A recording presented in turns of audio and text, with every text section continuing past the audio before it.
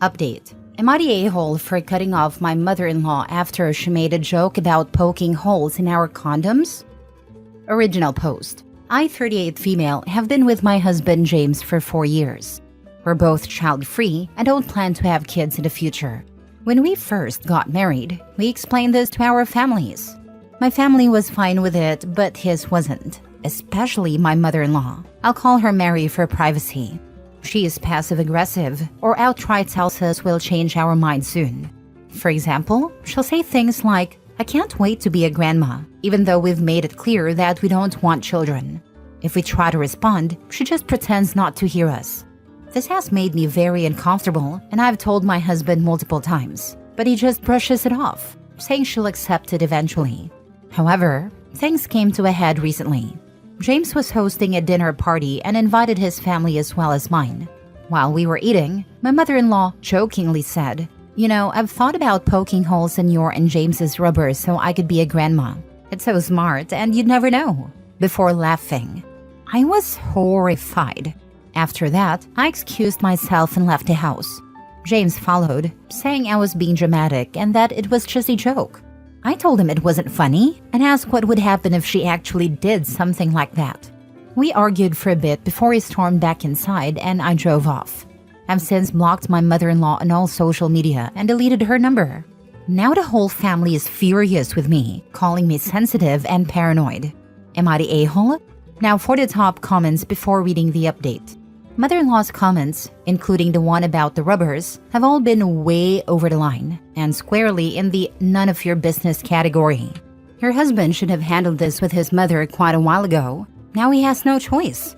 Tell your husband the reason you have gone to the lengths you have gone. Leaving the dinner, blocking his mother on social media, and deleting her are all because he is failing to safeguard you from her. This is his responsibility because it is his mother. He needs to stop brushing it off. He needs to go see her face to face and say, "Mom, you are hurting me when you press us for grandkids. We are not having children.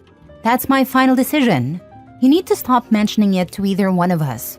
By mentioning it at dinner, you cross the line and you need to apologize. To never speak of us having kids in front of us again. Yes, but he won't confront Mom. I think you need to tell him with his threat from mother-in-law. Either he needs a vasectomy, minor surgery, or you need to get your tubes tied, more invasive surgery. It's an easily fixable situation, Opie. Tell hubby to get the snip. His reaction will tell you why he won't shut his mama down. You're not being sensitive, you're being sane. That's not a joke, it's a threat. And your husband needs to get his head out of his butt. If he won't stand up to his mom, he's part of the problem. Get that snip, Opie. You deserve better than this. Question. Why don't one of you get fixed if you're adamant on not having kids? It's my husband who refuses to get a procedure done. I've already offered to get my tubes tied and other procedures, but he says he's not ready yet and doesn't want me to get surgery either until we're both ready. We're referring to him because I'm only waiting on him right now. He wants kids. Yep, he's on his mommy's side, completely. Now for the update a few days later. After everything that happened, I had a talk with my husband last night about wanting him to take a stronger step toward our commitment to being child-free. I told him that unless he got a vasectomy or a similar procedure, I wouldn't be comfortable sleeping with him. I want him to show he can stand up to his mother and that he is as committed to being child-free as I am. Although honestly, I started doubting that after posting the first story. Not in a rude way, of course. My husband said he still wasn't ready and that I was moving too fast. He added that by asking him to stand up to his mother, I was essentially asking him to disrespect her for my sake. At that point, I asked him directly if he wanted kids or not, telling him to stop beating around the bush because I would divorce him and disappear if he didn't. That finally got him to open up, and he admitted that he did want kids. And had secretly been hoping for either an accident or that I would change my mind, just as many of you in the comments had predicted. But what really shocked me was when he confessed he'd actually considered tampering with our birth control before, but just hadn't done through with it yet. It now made sense why he only wanted to use rubbers for our birth control. After that, I told him that, as of now, our marriage was over and that I would be filing for divorce as soon as possible. I made sure to tell him that any child I could have had would never be in his or my mother-in-law's grasp. He tried to protest, but I was firm on leaving. Honestly, he was planning to baby trap me. Nice try, but not with me. Right now, I'm staying at my sister's house. I'm planning to find a lawyer to start the divorce proceedings, but I know I can't go back to that house with him or my mother-in-law involved in any way. This entire situation has left me feeling very shaken and worried. Why? Just why? Why would you get into a relationship with someone who doesn't want kids if you want kids? I cannot understand people like this man. How stupid it is to get into a relationship hoping your partner will change their minds. These are stupid people. Planning on tampering with birth control? Now that's just diabolical. My ex-husband thought I will change my mind. I made extra sure current husband also didn't want kids, been together for almost 20 years now and child-free. Now hold on a second. If he tries to change your mind about divorce, tell him that you'll stay on the condition that he signs the form for you to get your tubes tied. Either way, you'll get divorced. But at least you won't have to worry about kids in the next relationship because you'll just let them know your tubes are tied. He'll probably end the marriage or cheat on you and get some dumb broad pregnant. That's freaking genius.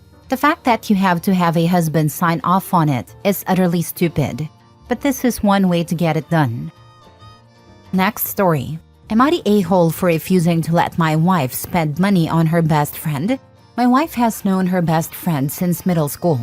Her friend is a lawyer and her family's quite well off. She makes a lot and is generous with it. My wife has had a few things paid for by her friend. Specifically, she covered my wife's portion of her bachelorette trip because the other friends didn't make much and she covered it. She also paid part of my wife's rent twice, and she usually picks up the bill when they go out for food. This friend is now marrying a doctor and I don't think they have any trouble paying for anything they want. My wife is a stay-at-home mom and I'm a mechanic. I recently brought home a $3,000 bonus, and when I told my wife, she immediately started talking about buying her friend a really expensive necklace from a brand she knows her friend wants. She showed it to me, and the cheapest necklace is $2,000 on a website. She insisted I should spend the bonus on a wedding gift for her friend. I shut her down and told her it's my bonus and that she can't expect me to buy her friend something this expensive. I don't think wedding gifts should even exceed $100. She began arguing, saying that I spend money on lunches out and hobbies that cost a lot. So why can't she spend some money on a gift for her friend? I do spend a bit on my hobbies and have 2 cars, but I also work hard. Plus, her friend and her fiancé, who is a doctor, already own a house while we were still renting. I told her she was being unreasonable, and she insists we sit down and tally everything I've spent on myself in the last year. If it's higher than $2,000, she thinks I should pay for the necklace. I think it's ridiculous to compare my spending to an extravagant gift for her friend, and I'm refusing to let her buy it. She insists her friend has spent a lot on her, and argues that we saved money because her friend pays for meals and activities whenever they go out, so it doesn't come out of our money. I get that the unbalanced relationship isn't ideal, but my wife could decline expensive outings if she wanted to even things out. Now, she's refusing to talk to me, and I'm wondering if I'm the a-hole here. Not the a-hole for refusing to buy your wife's friend an expensive gift that costs more than half of your $3,000 bonus. However, you may be the a-hole if there's an unequal distribution of money and limited input from your wife on how it's spent. When one spouse stays at home, the breadwinner can't lay total claim to the income. It's not my money versus our money. Supporting a stay-at-home spouse requires more than just covering basic needs, while unilaterally spending on hobbies and multiple vehicles, especially if you're also frustrated about renting instead of owning. Your wife has a valid reason to question your cumulative fun money expenses. If you're genuinely concerned about whether you're the a-hole, it could help to sit down and tally up everything you've spent on yourself this year. You might find she has a point and that you're spending significantly on yourself while she gets very little. Some might even see this as financial control, considering the power dynamic in play. As the breadwinner, you hold much of the leverage. The devil is in the details. Without the history or context, OP is obviously not wrong. But these kinds of posts tend to hit on other concerning things that could be worse than what he is defending himself from. Not guaranteed at all, but this should raise a few eyebrows at least. The devil is in the details. For sure, it always is. But this definitely raised my eyebrow. It sounds like the necklace is really a straw man argument for a much bigger gripe his wife has about how finances are split. OP, my husband was a stay-at-home dad when our boys were young because I generated a significantly larger income from my growing business. And we agreed that as long as the kids were with one of us, it didn't matter who. After we had twins, they went to daycare 1 day a week because he literally had his hands full. From the start, we agreed on an equal amount for hobby money/fun money for each of us, despite our income disparity. We could spend this money as we wished. It was where birthday gifts for each other came from. All other money was considered joint funds for bills, savings, pensions, etc. My question to you is, why do you believe you deserve hobby money because you work hard, but your wife doesn't? Believe me, I worked 16-hour days in the beginning getting things off the ground, and even with just one child at a time, I realized I had an easier deal. My husband couldn't take a break unless the baby was sleeping. He was exhausted from constantly watching for safety issues, choking hazards, making baby food, feeding, playing, reading stories, and walking the floor when our son was teething or had cramps. We both did night duty, so we were both tired, but he had no let up. He loved being a stay-at-home dad, but once our younger two started school, he was also rather relieved. He said, I wouldn't have missed those years for the world, but I never ever want to do them again.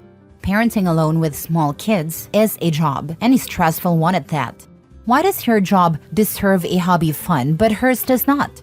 Your wife deserves money she can save up and spend on a gift for her friend. Money she doesn't need your permission to spend, just as you don't ask her permission to spend your hobby money.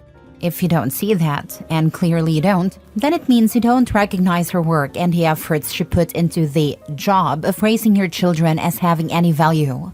You're essentially saying you don't see it as work. If I were your wife, I'd not only be angry, but I'd also feel completely demeaned. Shame on you. Most definitely you're the a-hole. Opie said that the best friend has covered his wife's portion of the rent on 2 separate occasions. How the heck does that work if his wife is a stay-at-home mom with no income? And even if she does have some sort of income, maybe an online presence, or she does some type of freelance work online or whatever, why would Opie ever let someone else cover his wife's portion of the rent?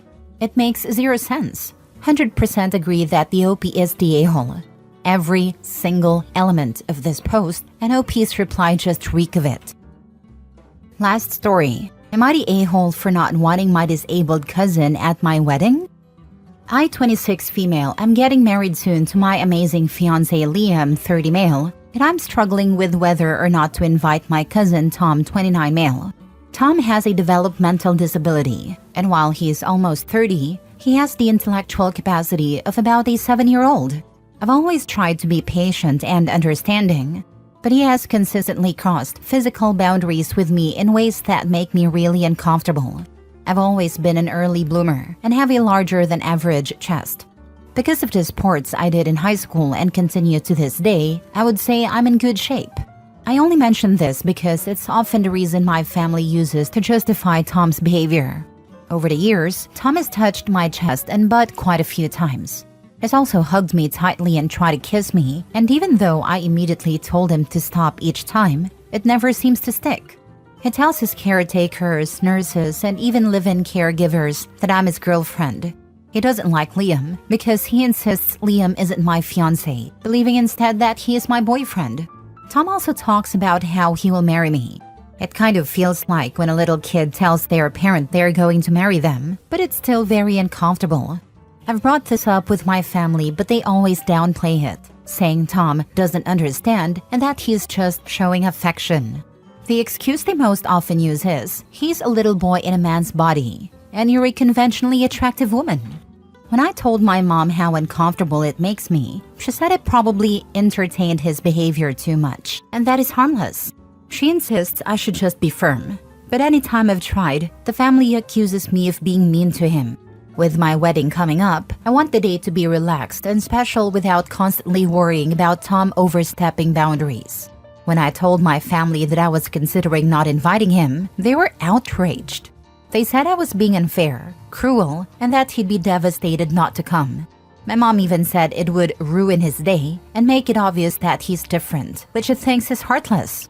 I understand that Tom can't help certain behaviors, but I feel like my family has completely ignored my feelings on this. They always brush off my discomfort and say it's my responsibility to manage it, or that he doesn't know any better. But it's my wedding, and I don't want to be on edge the whole time. Liam says I have every right not to invite him, especially because of how he treats both of us, as though our relationship isn't real. Still, I wonder if I'm being too harsh or unkind, since Tom isn't fully aware of boundaries and doesn't really know what he's doing is bad or harmful, especially because his parents and other family members encourage it. Am I the a-hole? Not the a-hole. If he is a little boy in a man's body, there should be no problem finding someone to look after him. The fact they say you probably entertain him and that this would ruin his day is a hill I would die on. It's not his day, and they have been enabling his behavior for too long. If he can't help his behavior because of his disability, he should have a caretaker that looks after him. He does have caretakers. And my family doesn't like my fiancé because he stepped in between me and my cousin and yelled at him until he cried. You should have eloped. It sounds like the only one in your side is your fiancé. My grandparents are supportive. Both of them are in their late 70s and I didn't elope because they wanted to watch me get married. My grandfather is walking me down the aisle and I'm wearing my grandmother's wedding dress. Can you take your grandparents with you when you elope so they are part of your special day? It sounds like you care too much about people who don't care about you. Make it a special day with your grandparents and forget everyone else. This could also keep you from wasting a ton of money on an event that is just going to make you anxious. My grandparents couldn't stop Tom, but he isn't allowed in their house. I think the first time I saw my granddad cry was the day that I told him Tom had been touching me. I was 13, and he just held me and apologized over and over for not noticing. My grandma has threatened to go after Tom with a rolling pin if he comes in her house again. They're the only two family members who have never made excuses for him. The thing is, both of them are unable to travel long distances. They're getting older and wouldn't be able to come if I eloped.